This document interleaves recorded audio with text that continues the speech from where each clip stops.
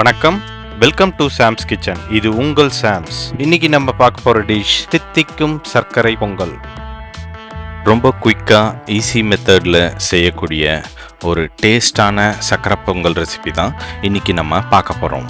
குக்கரில் ஒரு 3 டைம் கழுவி எடுத்த 1 கப் பச்சரிசி, 1/4 கப் பாசிப்பயிர் ரெண்டுத்தையும் ஆட் பண்ணிக்கோங்க. இது ரெண்டும் வேகிறதுக்கு ஒரு 4 கப் தண்ணி ஆட் பண்ணிக்கோங்க. கூடவே 1 கிளாஸ் பால்,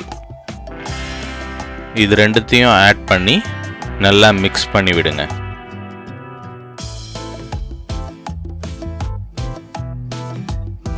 குக்கரில் மூடி போட்டு விசில் போட்டு ஒரு 6 விசில் வர வரைக்கும் வேக விடுங்க.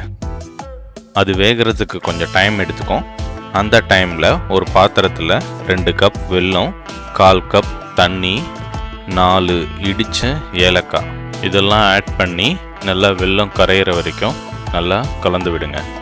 ஏலக்காய் ஏன் இதில் ஆட் பண்ணுறோன்னா, எப்படியும் வெல்லத்தை நம்ம வடிகட்டுவோம். ஸோ ஏலக்காய் வாசம்லாம் இதுலேயே வந்துடும். நம்ம பொங்கல் சாப்பிடும்போது அந்த ஏலக்காவெல்லாம் எடுத்து போட்டு சாப்பிடணுன்னு அவசியம் இல்லை. ஒரு சின்ன பேனில் ஒரு 3 ஸ்பூன் நெய் விட்டு கொஞ்சமாக முந்திரி, கொஞ்சமாக திராட்சை ரெண்டுத்தையும் ஆட் பண்ணி வறுத்து எடுத்துக்கோங்க.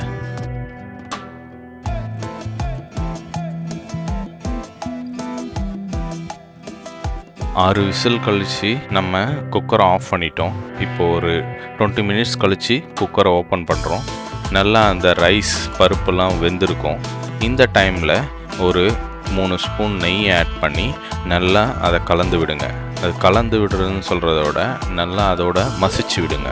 பொங்கல் நல்லா மசிச்சு விட்டால் தான் நல்லாயிருக்கும். திரும்ப ஸ்டவ்வை ஆன் பண்ணி லோ ஃப்ளேமில் வச்சுக்கோங்க. வடிகட்டி இருக்க வெல்லத்தை எடுத்து இது கூட ஆட் பண்ணி அதையும் நல்லா மிக்ஸ் பண்ணி விடுங்க.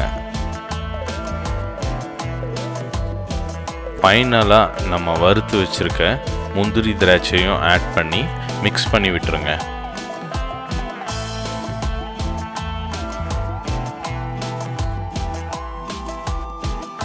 இது போக இன்னும் கொஞ்சம் ரிச் ஃப்ளேவருக்கு கூட கொஞ்சம் நெய் ஆட் பண்ணி மிக்ஸ் பண்ணி விட்டுக்கோங்க. சர்க்கரை பொங்கல் ரெடி.